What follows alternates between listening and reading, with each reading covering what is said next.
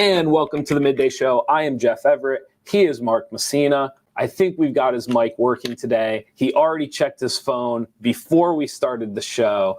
We're going to talk about some local area businesses, their hours changing as we head into the fall. The largest wildfire in the world, most people have not heard about it yet, so I thought it was worth talking about with all the climate protests going on right now. How the population is changing. You fell across some really interesting statistics. And at the end of it, we're going to finally talk about the Jeffrey Epstein. I've been bugging you to watch the documentary, so we're going to touch on that a little bit before the end of the show. Before we get to all of that on the not quite but almost Emmy-nominated Midday Show, Mark, how are you feeling? I just wish people here could appreciate the level of technological excellence that I bring to this production that helps Jeff immensely behind the scenes, because he does a lot of it, but there is some input that I give that is priceless, shall we say. And priceless isn't the word I'm looking for. It's immeasurable. From a humor standpoint, it is certainly priceless. I am such a technology contributor to this. And I also want to give myself a slight pat on the back and offer an apology. It was Sunday afternoon, was the day that they discovered the body of Gabby Petito. And we're sitting in my house watching football with my son, and a message came across our phone from our group and said, "Hey, can someone write this up real quick?" And I said, "Yeah." And so I pulled out my laptop, and I had my son who was with me. He pulled out his phone, and I was like, "Listen, can you look up the girl's name and spell it for me?" So I make sure I have the spelling. Look up her boyfriend's name and spell it for me, because I know it's laundry, but I know it's different. So we went through and got all the spellings right.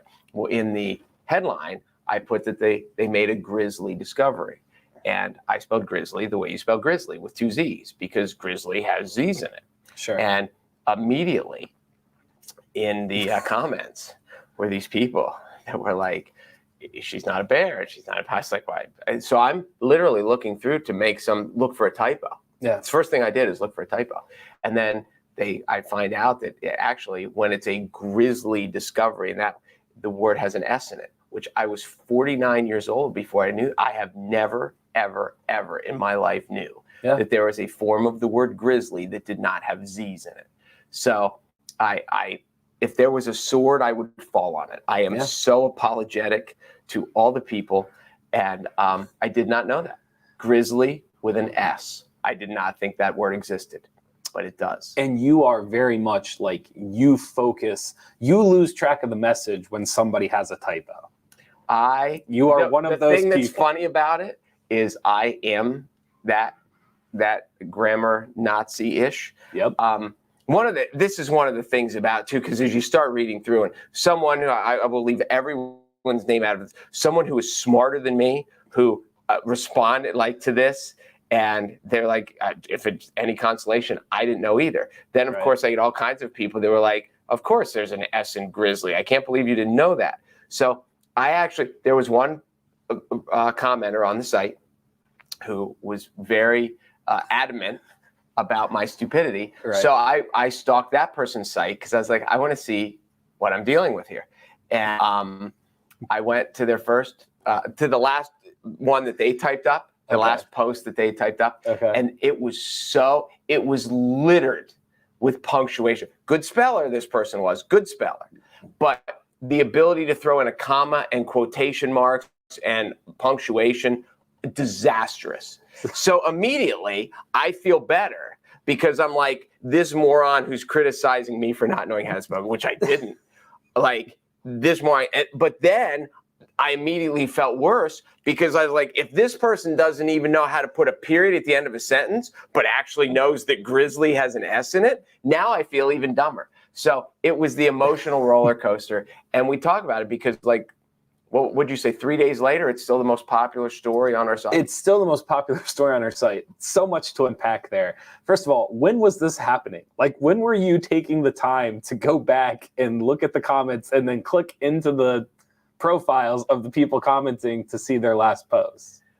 Well, it was during Was it during the Cowboys game? Mind you, you have kids, you're a coach, you have two jobs, and yet you're taking the time to go into the this comments, happened. We were sitting in the basement watching. I think it was during the Eagles game. I don't remember when they discovered the body, but whenever it happened. So I'm here, my son's here, and we're typing up, and I just did it up and listened and set it up and picture and go, and I'm done because it's Sunday. I'm just helping out. We're just kind of all hands on deck, and then. I was laying in bed when I did all this, so I probably never gave it a second thought until, and then just in the I don't know, self-absorbed aspect. Whenever I write something, or even that, like I just kind of gathered and typed it up. Okay. Like I go back and check to see if anyone read it. Okay. Because it's like I hope people read the things that I write. Sure. So. This wasn't a story that I didn't pick. A lot of the stories I find that I picked, this was kind of given to me. But so I went back and then I started reading some of the comments, and that's when it hit me. Okay, but when were you actually stalking your commenters?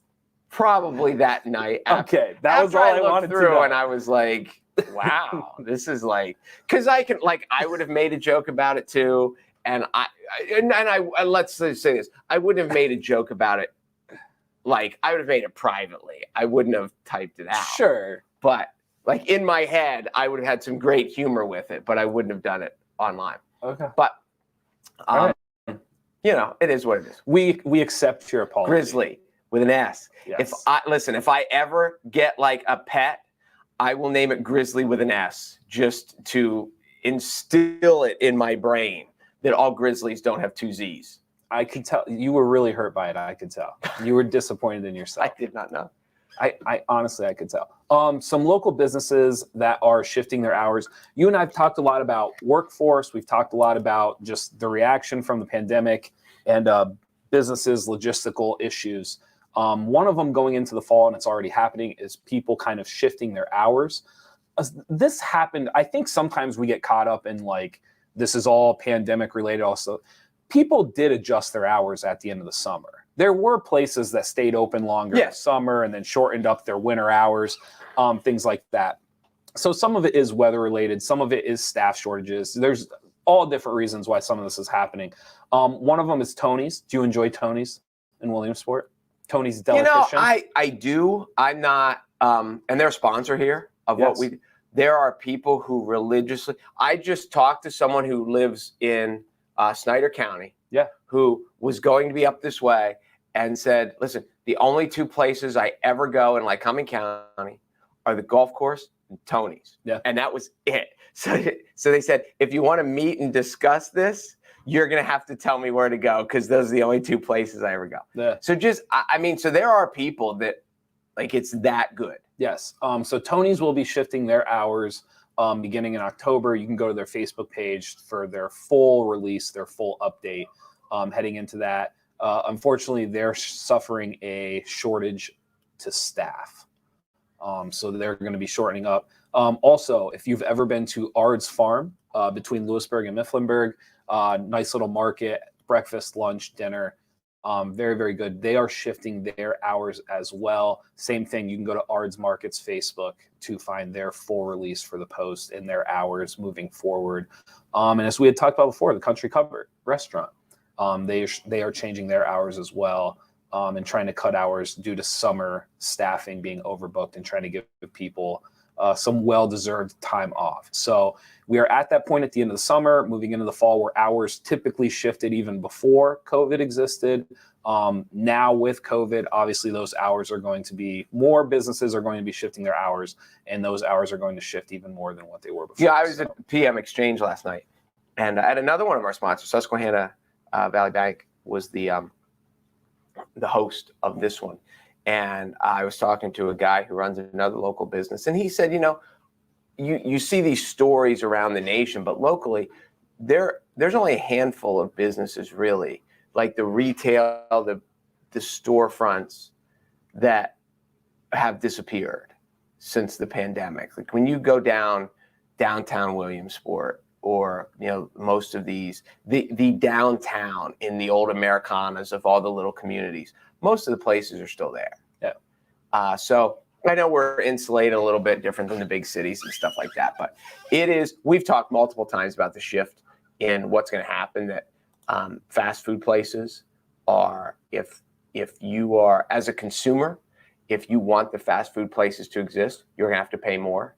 And because the fast food place is going to have to pay their employees more. Yes. And it's no longer a minimum wage job. It won't be a minimum wage job. And I think what the pandemic has done is shifted it from before. It was like, what were the qualifications of the job? But now there are so many of these lower paying jobs that the rich people love that someone else does, like the fast food, like all those things that we utilize, that you're going to have to pay more or they're not going to be there. And if you want to drive through, you're going to have your value meals are going to cost more than they used to. Sure. So I do wonder if there are some restaurants, the fast food varieties with the drive-through, if there are some that just don't open inside anymore, because that will cut down on staff. Sure. And so that will save them money. But does, the burger joints do they need a dine-in facility anymore? There are lots of questions, and we've talked before, and you've mentioned this many times. Now we're going to find out who treats their employees well. Oh yeah, and we've found out some of that already. Yes. Because there are places with their doors shut, and I would argue it was simply just relationships. They just didn't have a loyalty. Now, some of it was just financial windfall. Right. Like some of it was beyond control. But there are places that are closed because they just couldn't retain employees. Employees found better places to go. So here's the question I'll ask you just off the top: where did all the employees go? Because what do you mean? All where these did they shortages. go? 2 years ago, everybody wasn't hiring. Now everybody is hiring. You and I have made this argument before, and I think the stimulus checks started it, but I think what people have realized is you can make real money at home, not working for somebody. And I know a lot of people think simpleton's an awful word to use, but I think there's this idea, there's this idea. Sometimes simpleton is a great word. There is this idea that there's this idea for people who get dressed up every day in a shirt and a tie and show up to a building. There's this idea that the people sitting at home with their stimulus checks couldn't possibly figure out how to make money on a computer. And I just vehemently disagree with it. I think a lot of them have figured out, whether it's selling stuff on Etsy, selling stuff on Facebook Marketplace, flipping stuff on Facebook Marketplace. There's the whole Amazon model. I look at just the number of people who have started investing and learning how. There's 20 to 30 year olds sitting at home, and every day they're just making money flipping crypto. There's so many other ways for people that used to be the ones who showed up in their polo and worked for a minimum wage, and now they've been at home and they had the opportunity to just figure out I don't need to do that. And don't get me wrong, there's still a faction of them that are going to come back to the workforce. They're not going to have a choice. But I think people severely underestimated the capability of the minimum wage worker with a computer. They've completely underestimated them. You're probably right. I truly do. That is that is well said. Thank you. Appreciate it. This one I brought to you. I just found this out yesterday. I was asking my friends and different people if they had heard anything about it. The world's largest wildfire right now is in Russia. It is bigger than all the other wildfires combined. Russia makes up, I read that it makes up a fifth of the world's forest, timber, pick the word you want to use. And right now, 15,000 square miles are on fire. In Siberia, you can actually see the smoke over top of the North Pole. They have the sonar radars, and you can actually see it there. They've had to evacuate a couple of villages because it is so sparse.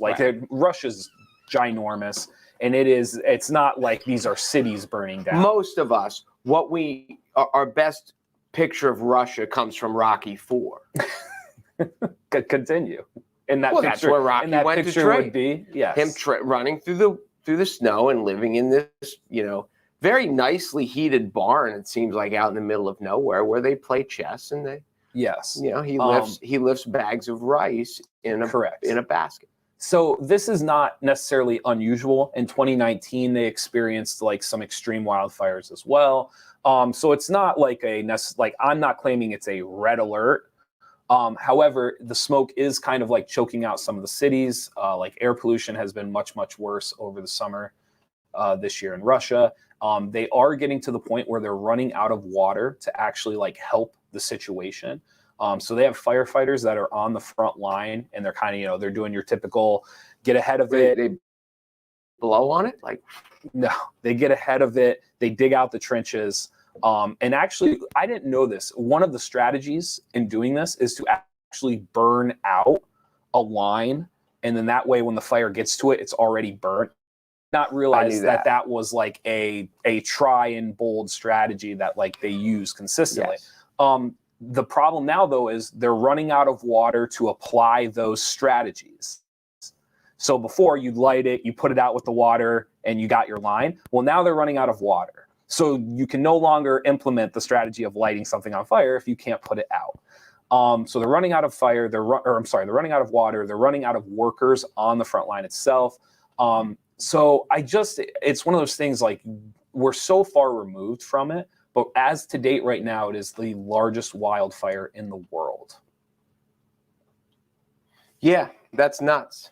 It is. It's absolutely crazy. And again, and you think like, well, why don't you just cut? Oh, but when you think of a forest, and when you think of, what'd you say, 15,000 square acres, you can't go through square and miles. Cut a line that's like, you just can't. Because it's just too big. Well, in the terrain too. I mean, it's not like it's flat and you're just. I mean, the terrain itself, everything else.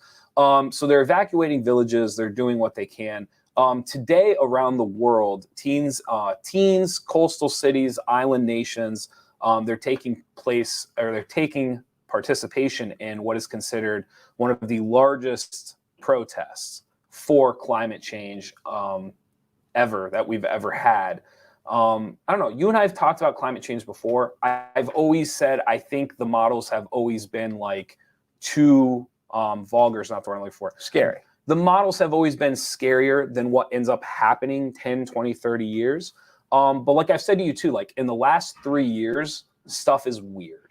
Like things are certainly different than what they were. I think, and we probably had this discussion on the air. I think right now we've got to a point. I think it just seemed like that the generations before us,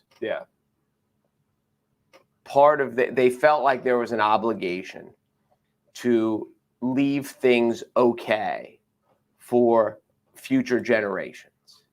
It's, I think, like our generation now, maybe mine more than yours, but yours is even more selfish than mine is probably, that we're just like, you know, you only live once, screw it, I'm going to be dead. What does it matter to me? And I think this society has changed to the point that we just don't care anymore about future generations. We're here for us, and that's it. Yes. So it is, most of this protesting is done actually by teens. So you have the coastal cities around the world that are fighting for their communities and their livelihoods. Same with the island nations. But outside of that, most of the people doing this across the world are like school programs, college programs, younger generational people that I agree. I think to a certain extent, what you just described is dead on. I think every generation has come off a little more selfish than the one before it. But you and I have talked, the generation underneath me, maybe even one below that, they are different. And I mean that in the best way and in the worst way, but like they just view things a little bit differently. And I wonder how that will play out, because when I was a teenager, like nobody would have protested climate change, especially teens. No, that is true. The internet has empowered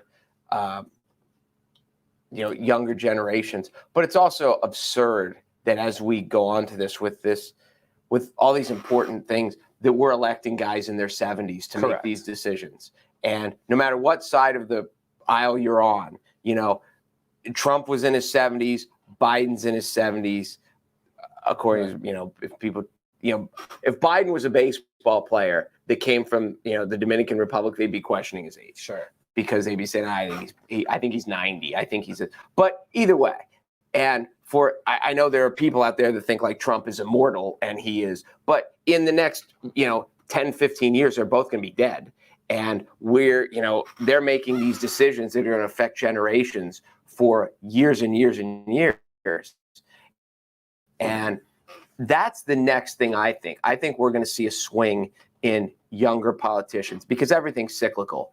But it's absurd that we had a president that was in his 70s, and the other party's top 3 candidates were all in their 70s. Yeah. When it got down at the end, when it was Biden and Bernie and Warren, are you kidding me? And I get it that health is better and people live longer. And I'm not saying these people aren't productive members of society and that they're I'm not saying that. Sure. But they're making decisions for the long haul, and they're just trying to get reelected. And they, again, sure, 10 years from now, there's a really good chance they're all going to be gone anyway. There are 2 things that you bring up there, because I don't want to get too far away from the topic. Because we never talk politics. Ever. It's been a long time since we've just had somebody in the tomorrow camp. Just somebody where tomorrow kind of matters. Somebody that in 2045, they'll be, 60 and they'll still have a good chunk of their life. And yes. It's so we've just never had someone really we've had progressive, people, but never in the tomorrow camp. The other part, I forget where I was going to go with it because you had brought up. Well, to piggyback on yours while you brainstorm, is there's no patience anymore with anything, and that there's no long-term aspect of when you take over that it's going to take 5 years. I see it in sports all the time. They hire a new manager, they hire a new general manager because the team stinks, and people want in 2 years for it to be fixed. Well, it doesn't work like that. Right. And we've talked multiple times how it just becomes more and more obvious that elections are a reality show and people are just trying to get reelected and they're not really trying to do what's best. I read an interesting piece about reelections and whether or not once you're elected, you should be allowed to be reelected.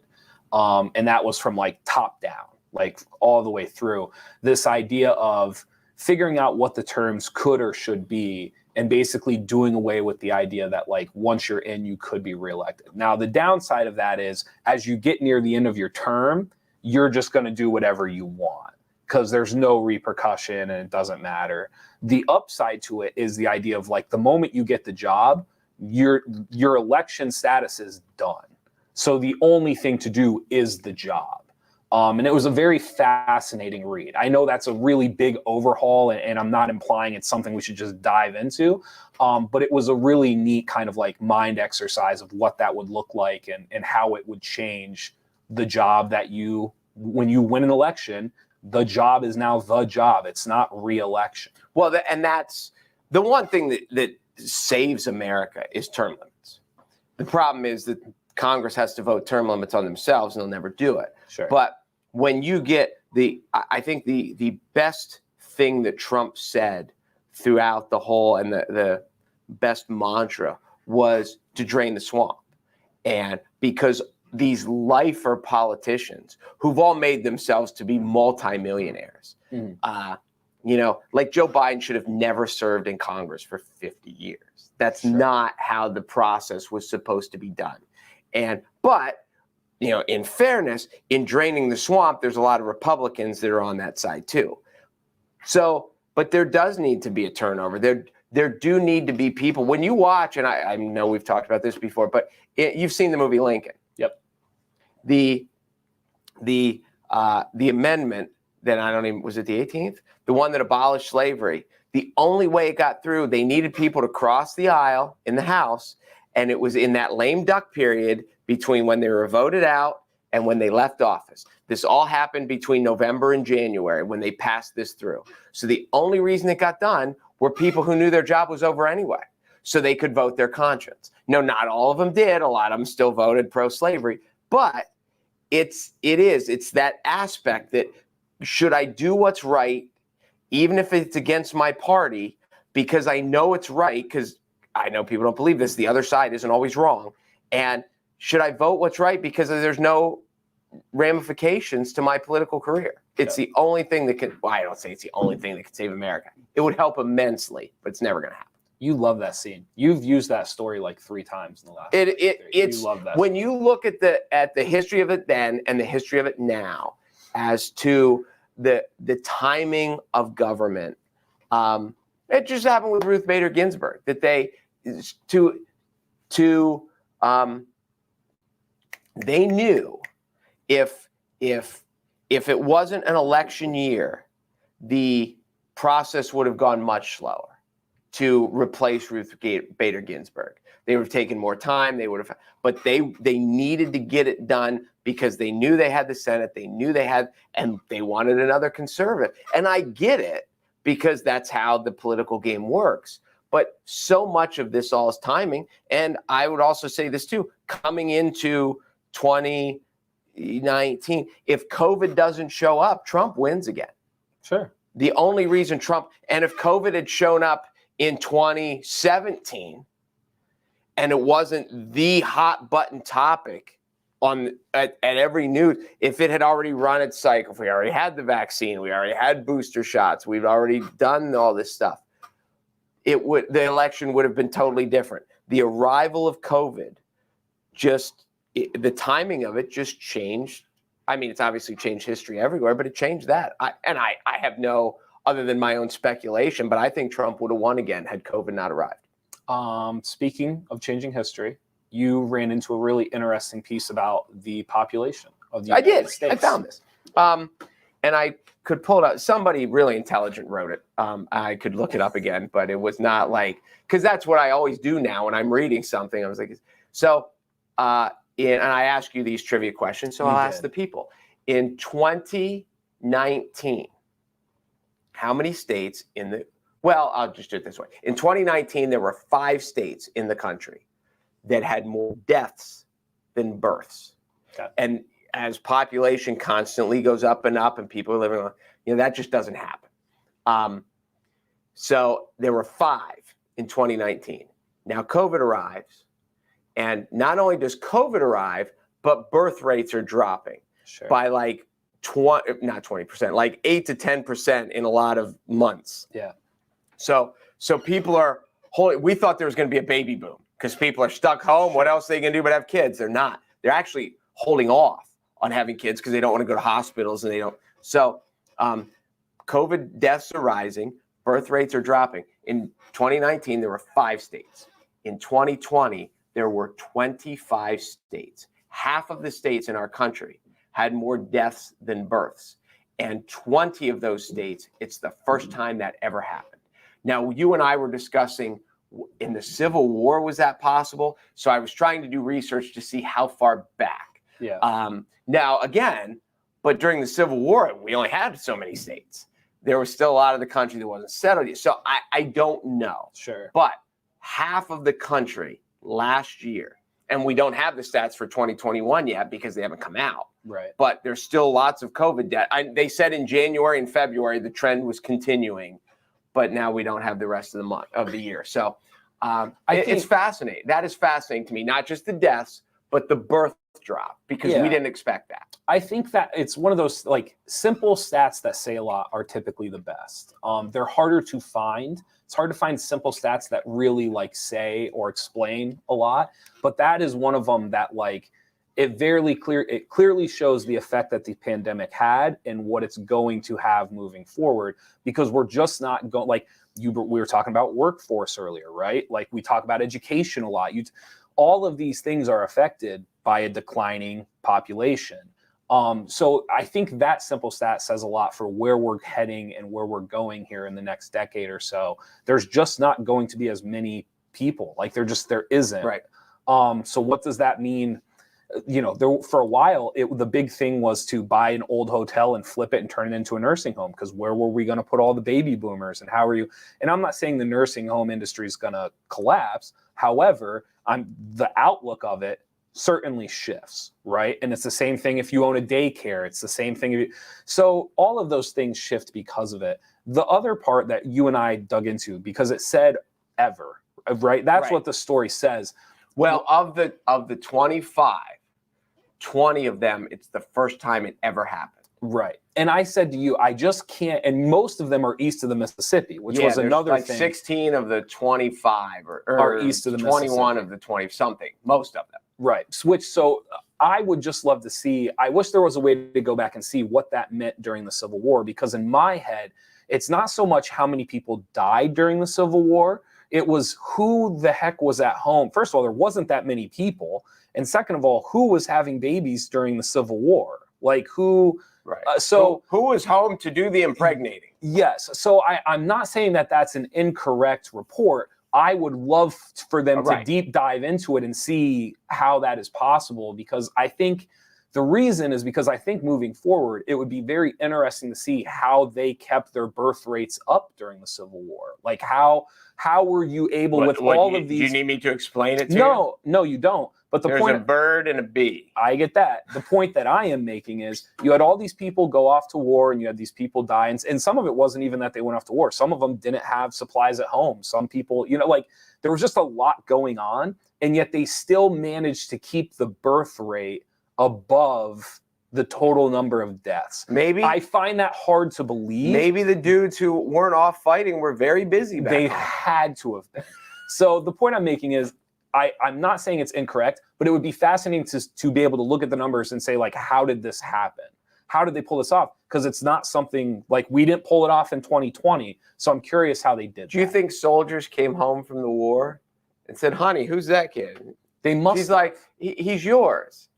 And he's like, no, he's not. Yeah. I mean, they must, it just, so that part of it. But it is fascinating. This will be, we talked about this before, the declining population, and then the stat that you just gave with the declining birth rates attached to it as well. This will be the first time in, 100 years. It'll be the first time that the United States does not have a growing workforce, right? It'll be the first time that America is going to have emptied, like you've seen already with businesses, like you're in real estate. Like I would argue you can't get rid of like a building that was made for an organization or a company of 50 plus people.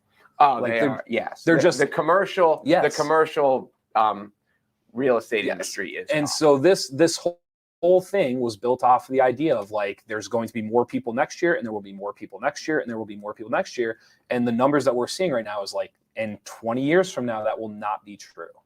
There will be less 20-year-olds 20 years from now than before. I shouldn't say that. Well, I'll tell you, it'll be the first time that there is less 20-year-olds than and before. This has been a trend when you just talk populations of people moving, and this birth rate, death rate, those are the only two numbers. It does not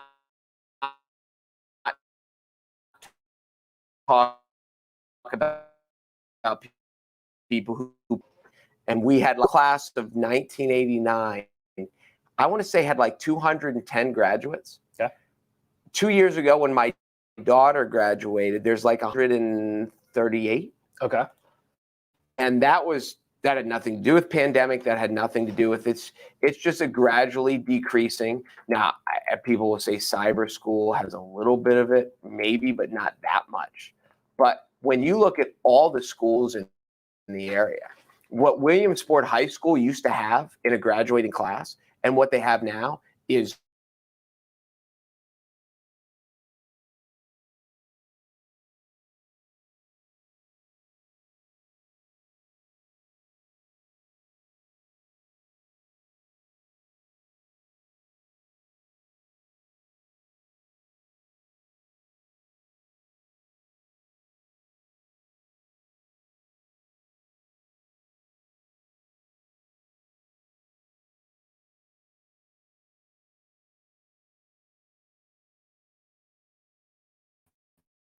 You're here. Are you here? We're here. Good to go. You know what's frustrating? What's frustrating? You could plug in because I brought a cord from home and it's sitting right over there. Time out. On First of all, you told me for like 2 weeks you were going to bring that cord. And I did. And like a week later, I brought it. And the point that I'm making is, how much crap did I give you for not bringing the cord? Well, no, I get that. No. The answer is zero. The answer is zero. That is fair. That is fair. Okay. You ask a simple question, I will give you. You gave me zero crap. However, this is one of the things as a parent when I'm like, You know what we should do? We should plug you in so you're not running off Wi-Fi, so your chances of dropping are smaller. And I said, oh, I have a cord at home that I will bring in. And I brought in, and it's laying right there. And it's been laying there every day this week. Every day this week when we go off, there's a cord laying right there that we could plug in with. Yes. But we don't plug in with it because it's laying over there in a heap like a twisted snake on the floor. We're a media company. I think we should have good enough Wi-Fi. We have a cable there. Plug in. Okay, like it's 1995. Like I'm in an Independence Day movie. Oh, you think? Like I'm Jeff Goldblum and I got to plug my laptop into the cable. You think at NASA they're running off Wi-Fi everywhere? You don't think they're hardwired to anything? You don't think NASA people have dependable Wi-Fi? I think they're all hardwired. I think you're wrong. I think when they sit at the same desk every day, they're hardwired. I think there are obviously computers that are hardwired for NASA. Thank you. But the point that I'm making to you is that if you think for a second that they don't have dependable Wi-Fi at 24/7 at NASA, you're out of your mind. I don't disagree with that either. However, you know what you have to do to get hardwired? Pick up the cable that's right over there. You're a little annoying right now because for 2 weeks, I didn't say anything. And like, it's been 2 days and you're like giving me a hard time about it. Right? It's been here all week. Jeff Epstein, you have not watched the Netflix documentary. I would encourage everybody. Wait a minute. What? Are there multiple parts to it? Yeah, it's a 3-parter. I did watch at least. I think I watched the first part. Has it been on for a long time? A little over a year, probably. I watched the first part. Okay. If you have not dove into the Jeffrey Epstein story, I highly recommend watching the 3-part Netflix series. It starts from the very beginning. It's a 3-parter, so it's a little over 3 hours long, and it walks you through kind of how he started and all the way to his death. I think I'll say this. Yes. There's a possibility that I was so disturbed that I couldn't go forward. It's possible. I mean, it's very possible. It's not an easy watch, especially if you have daughters or you are somebody who has been in situations. Compassion? What's that? Compassion? Compassion, sure. I think that's why I didn't, because I think I watched the first one and I was riveted and I could not click on the second one because I was like, I don't want to lose all faith in humanity. And I understand by not watching it, that doesn't restore it, but it's just, sometimes it's better to just look away. Yes. Like when I'm giving blood. Yes. So we are going to skip over kind of the main story of it. If you've read about Jeffrey Epstein before, you know what's going on. There's been numerous people that have been tied to him, linked to him, connected to him, whatever term you want to use. The Clintons, President Trump, Prince Andrew, just to name a few of like the more higher profile ones. Recently, Bill Gates has been connected to him, and he just did an interview, I believe it was yesterday or the day before, and he was kind of pressed about his relationship with Epstein and, why he went to Epstein. And it was a very fumbling 5 minutes. It wasn't great, to the point where one of Gates' last response was, well, he's dead at this point, so it's a dead matter, which I think is a horrific answer. If you ever wanted to be disassociated with something, don't just say the person is dead. Or he's dead. Well, he's dead, so it's a dead matter. It was pretty damning. As we move closer and closer to this, it is fascinating to me how nobody has yet to really pay the piper for any of this. And I know he was going through the process and then he killed himself or was killed, depending on what you believe. But it is amazing. His girlfriend has been in custody now for, I want to say, over a year almost. It's been a long time. It has been a long time. She is yet to actually actually be convicted. Prince Andrew is being tried to basically be served, and he cannot do it because the National Guard is basically outside telling nobody can go near him. It is unbelievable how something like this can still be, I don't want to say unsolved, because I think most people know what's going on, but it is amazing how the power and the money involved in this has just elongated it to the point where it's now in the back of the news. In the episode, was the main girl who kind of pushed this story through, the main victim girl who does she live in Australia now? I don't know if she lives in Australia. I don't know where she is now. I know who you're referring to. Because I remember that. And I remember the interview with Prince Andrew. Okay. And they said, "Do you know this girl?" And he's like, "I've never met her." And then they showed him a picture of him with the girl. Yeah. Is this part? Because I've watched enough. That's why I think I watched an episode. Okay. I've watched Prince. I believe you. If you're trying to convince me that you watched I'm trying an to catch episode, up here as we on the fly. Okay. When you talk about people who are winners and countries who are proud of their dignitaries, then there's Prince Andrew. Mm. He is nothing that anyone is proud of. Yeah. Watch the interview. When you talk about fumbling, he has fumbled his way through life. Oh, I believe that. I 100% believe that. I'm not sure if buffoon is fair, but it's close. Yeah. When you think of royalty and you think of the little girl who marries the prince, sure. Like it ain't Prince Andrew. Well, so part of this is we had a running joke going about Bill Gates being single. For those of you who follow the show, and we would end the show and we would be like 7 days Bill Gates is still single, and it kind of became this gag for a little while. There are reports coming out now that part of their divorce is because his wife Melinda knew that this was coming down the pipe and that something is eventually not going to fall Bill Gates's way. And that was because there had been reports like in the mid-2000s that their relationship was not great. And so from the mid-2000s to... You know how we knew that? Because they were married. Probably. So in the mid-2000s to basically this past year, they stayed married. And now all of a sudden, Melinda is, saying like, I'm out. I don't want to do this anymore. And there's speculation that that is actually pretty damning for Bill Gates because Melinda probably knows something is coming out that's not going to be great. And this interview this week is not a good look either. No. And it would, again, maybe this is the skeptic in me or whatever. I find it hard to believe because these are the top of the top. As you talked about, these are the Clintons. These are Trump. These are the top of both parties. Obviously, Bill Gates is the top of the economic world. It's, except for a Saudi oil prince, there's Bill Gates. So these are the people we always pictured to be above the law.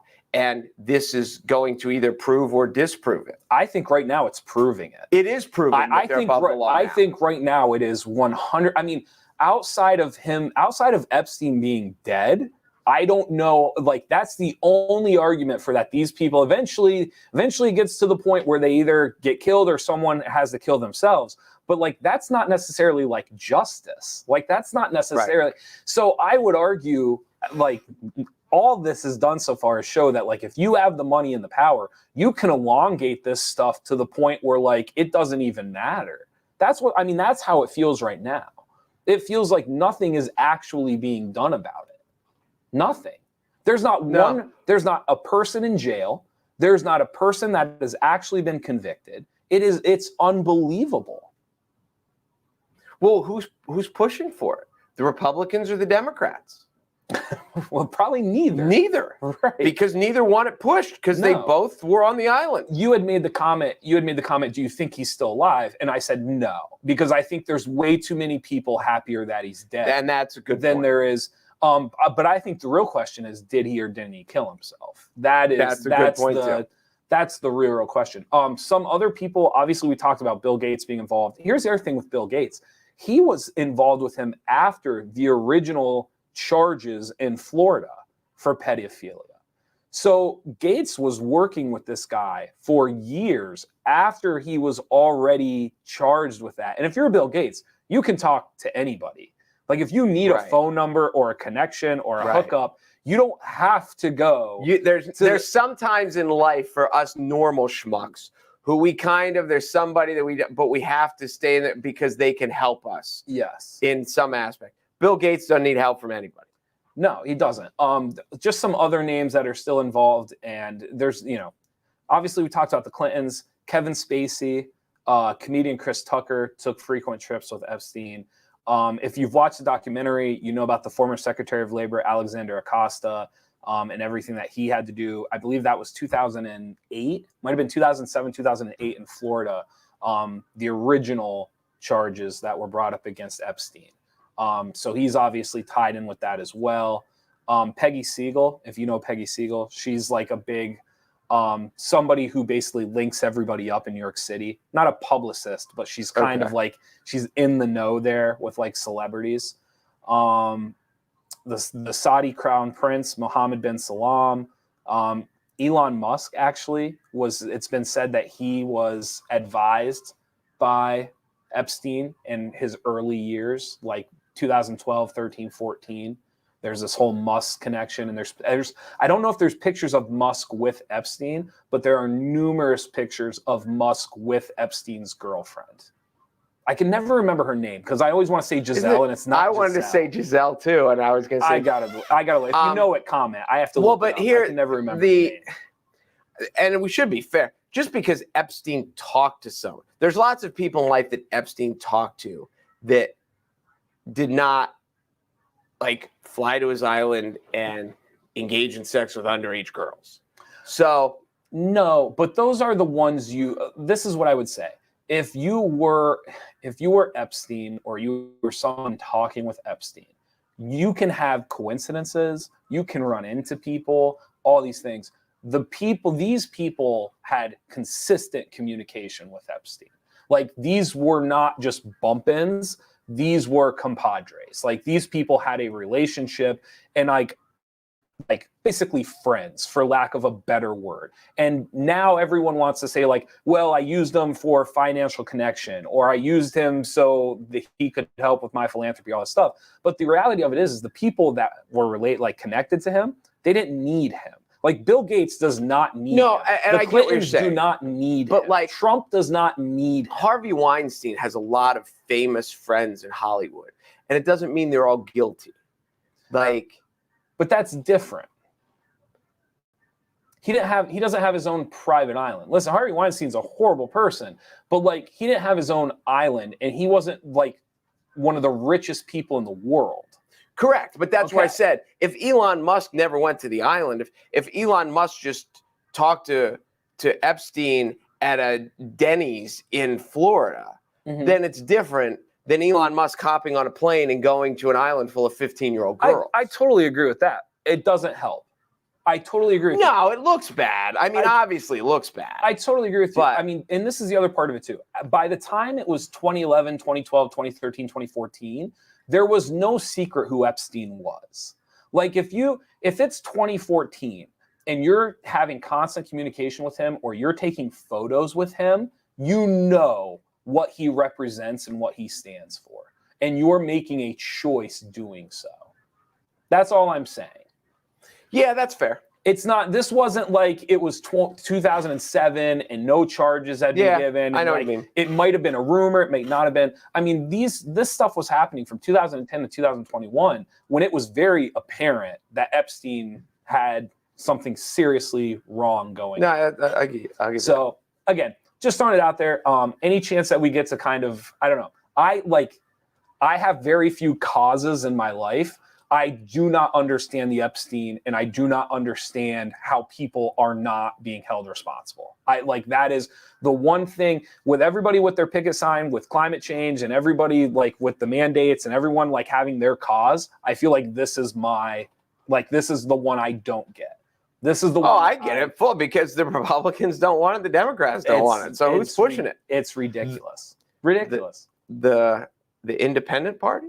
I brought up the libertarian. I brought up to you. It's not a fair comparison, but I don't know if either of them deserve a fair comparison.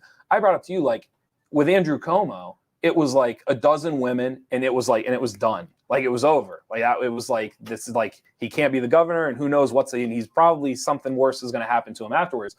And that took a month, like 2 months. It was fast. It went really fast. And here, we know about this stuff going on since 2000. And like it's 2021, And it's like it's like the world just keeps turning and nothing. So I don't know. Call this my cause, I guess. I'm over There you go. This is your hill to die on. It is my hill to die on. All right. Anything else before we go? Big night of high school football tonight. Okay. Mount Carmel and Southern. Okay. Which is, a rivalry of legendary proportions. And Mount Carmel's good this year. They're not, Southern obviously is the cream of the crop, but Mount Carmel is better. And unfortunately, the game's at Southern because Mount Carmel is the best high school football venue in central Pennsylvania. It's kind of the Martz Hall-ish of football. Mount Carmel. The Silver Bowl. Really? It's just the band marches down the street. Yeah. It's just the whole environment. Okay. And it like in Mount Carmel, it is football. Okay. There are 6 days a year that matter. There's like Christmas and the 5 home football games. Okay. And but this one's at Southern. Tonight they're at Southern. Okay. But that's a great one. Montoursville Loyalsock is tonight. Yep. I think South Williamsport Montgomery is tonight. Yeah. We real quick because you and I about the Montoursville Loyalsock game. That is maybe the biggest Montoursville Loyalsock game in a very long time. Loyalsock has a chance to be 4-1 with wins over Danville and Montoursville, which I would imagine, I could be wrong, I would imagine it's been a very long time since they had beaten Danville and Montoursville and be like 4-1. Right. It could be a very big moment for Loyalsock. And on the flip side of it, Montoursville right now is 2-2. And so this is you said there's a chance they could be 4-2 or they could be 2-4. And like to your point, with the success Montoursville has had lately, to be 2-4 is rough. It is something neat, I think, because we used to play Montoursville and Loyalsock used to play at the end of the year. I don't know when Mount Carmel and Southern, if they used to play, because I know Shamokin is down there in that rivalry too. Yeah. But when you get these teams that are the same size, and we see this in college football now with like Ohio State and Michigan, we see it in the NFL when a team like the Cowboys and the Eagles play week 17, but they may match up in the playoffs. There's a diminishing factor of it when you get later in the season and you're focused on the playoffs and you're playing your rival, but you're like, well, we're the same size as them. We might play them in the playoffs here in a week or two. It takes a lot of the luster out of it. So when you play it in the middle of the season, week 5, when the playoffs are so far down the road and the weather's still nice, the crowds will still be there, I think it brings an excitement to it. Michigan and Ohio State is at the end of the year, and it's supposed to be. And Auburn, Alabama is at the end of the year, and it's supposed to be. But if they're going to turn around and play 2 weeks later, the first one loses a lot of luster. And in high school football, a lot of these big rivals match up in the playoffs, and it loses the luster. So I like the mid-season, rivalry game. Nice. There you go.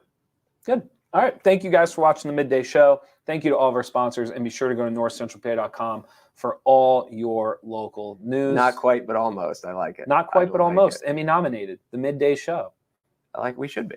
That's why we should tell people. That's why we weren't on Monday. Because we were counting ballots. We were flying back from Sunday.